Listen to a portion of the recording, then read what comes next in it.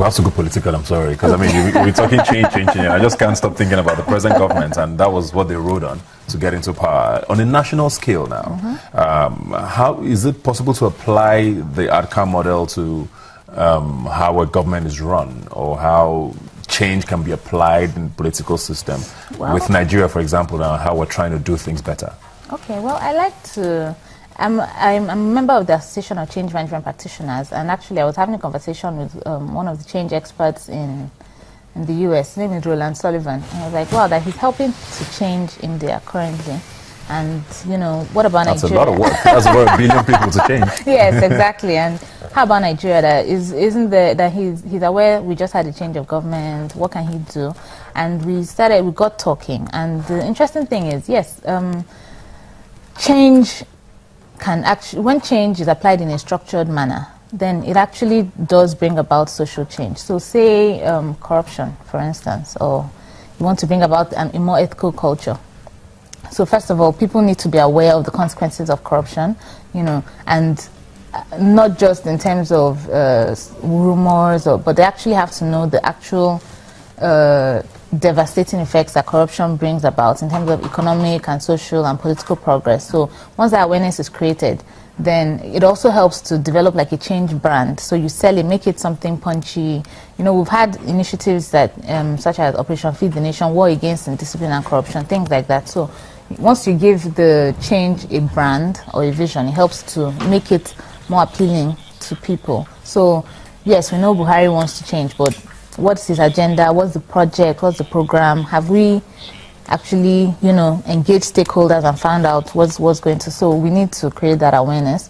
Then desire. So we need to put into place measures where corruption no longer is the way that we do things around here, but even in our institutions, corruption and lack of ethics is seen as something that needs to be actively worked against. So getting people at the top of different industry leaders or giants of industry to inculcate anti-corruption in their agenda. So it's not just something that Buhari is trying to do, but it's something that has ripple effects in banking, in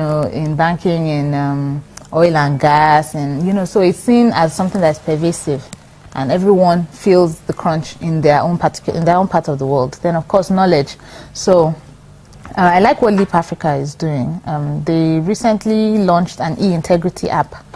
So the app is more like, it's a course that is user-friendly and very interesting, that helps young people and even more senior people learn more about what their value, identify their values, because people usually talk about corruption in a negative sense or ethics in a negative sense, so it's an absence of values. But you know, you have to even begin by saying you even need to know who you are, know what you stand for. What are those values in the first place? Yes, what are those values in the first place that corruption tries to erode? So it helps you identify what your values are, and then shows you scenarios. Okay, ethical dilemmas. You know, okay, maybe you're an undergraduate in university and you're trying to make a little extra money, and someone wants you to write an exam on his behalf. So what do you do? That kind of thing. That's actually, as funny. That's really where corruption and unethical behavior begins. Or you're an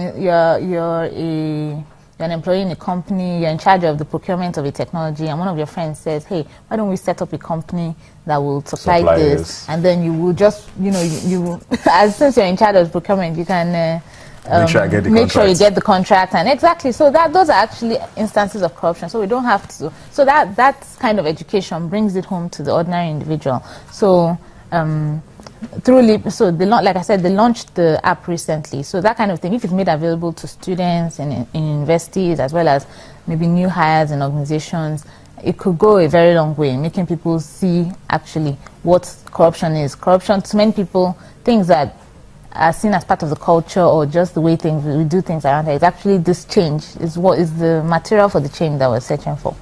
So after the knowledge, then there's the ability.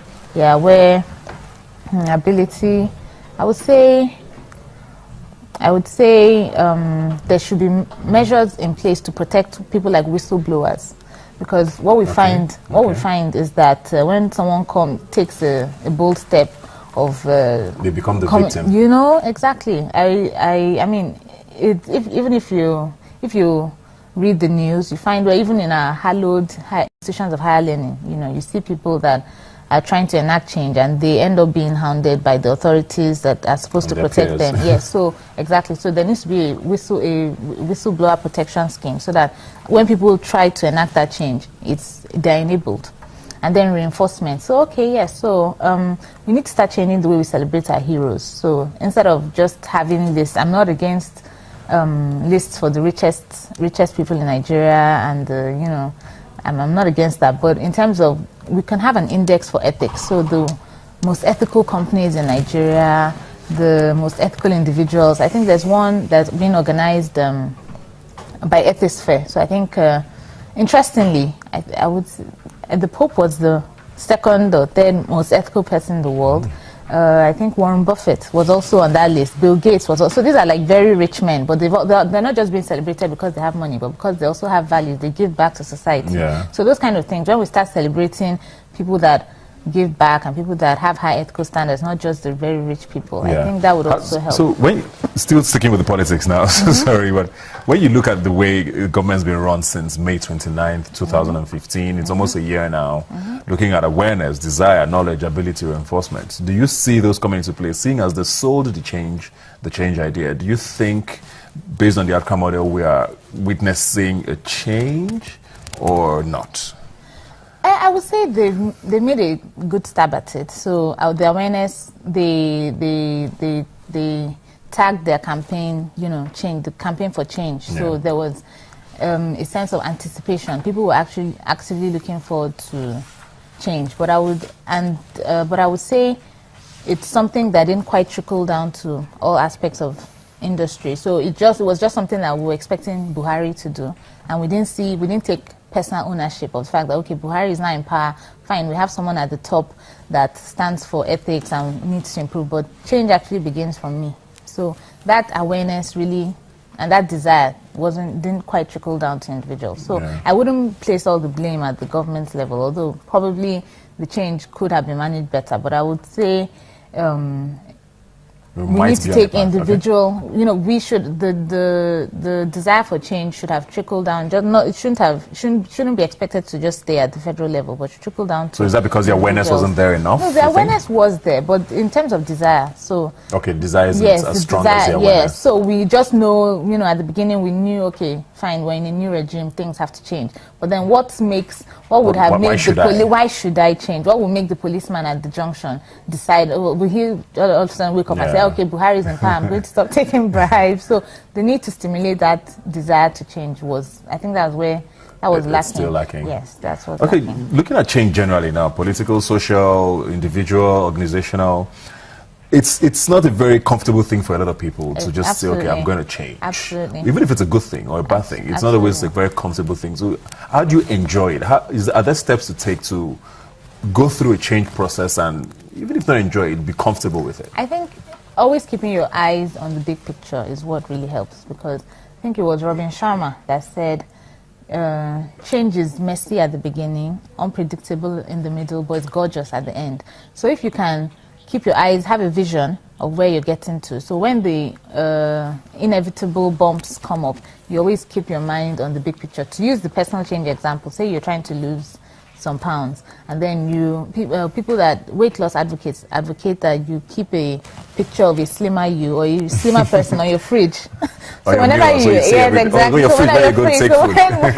tempted to reach for the ice cream, that is me.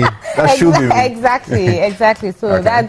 that kind of, so always keeping the end in mind. So and then in an organization, you know, if, like one of the government agencies I worked with, they had what they called 7 pillars of change. So HR, finance, everybody was amazing. Even everyone from the lowest level to the highest level knew what the 7 pillars were. So I think I've been to an office there where you'd see it like pasted everywhere, and it's visual constantly, exactly, so you know what you're working. Exactly. So that really helps. And socially, fine, we want to change, but do we really have a vision of what a transformed Nigeria is like? You know, have we been able to articulate what the end game is and sell it even to the fact that even the orange seller on the street, everybody knows this is collectively what we're working towards, you know. And I'm not saying grand dreams like we're going to be the top giant of the world.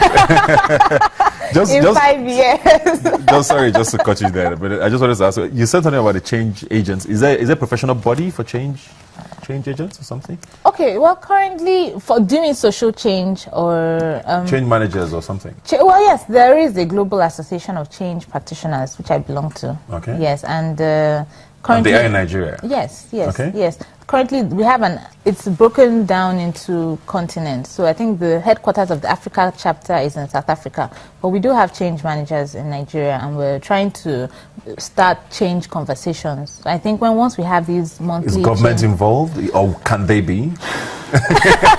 Because I'm sure anybody who's watching, that's the one change they want. They want social change. Yes. Yes, I mean, like I said, I see no reason why the principles of personal and organizational change, which have worked and worked really well with case studies and examples, can't be applied in the social sphere. So definitely, absolutely. I think it's something that can be explored. Thank you very, very much. It's been very interesting, eye-opening. The ADKAR model, awareness, desire, knowledge, ability, reinforcement. Yeah. So you guys can practice that at home and maybe start with your individual self and then see how you can implement it to your organization and socially. Thanks very much for being here today, Glory. Thank you very much. It's been very, very eye-opening, and I've learned quite a bit. Remember, you can follow the conversation on Twitter. WhyNigerTV is the handle. The hashtag to follow is Rubbin Minds. You can also visit the website, whyniger.com. Remember, you've never seen young people talk like this before. I'll see you next week.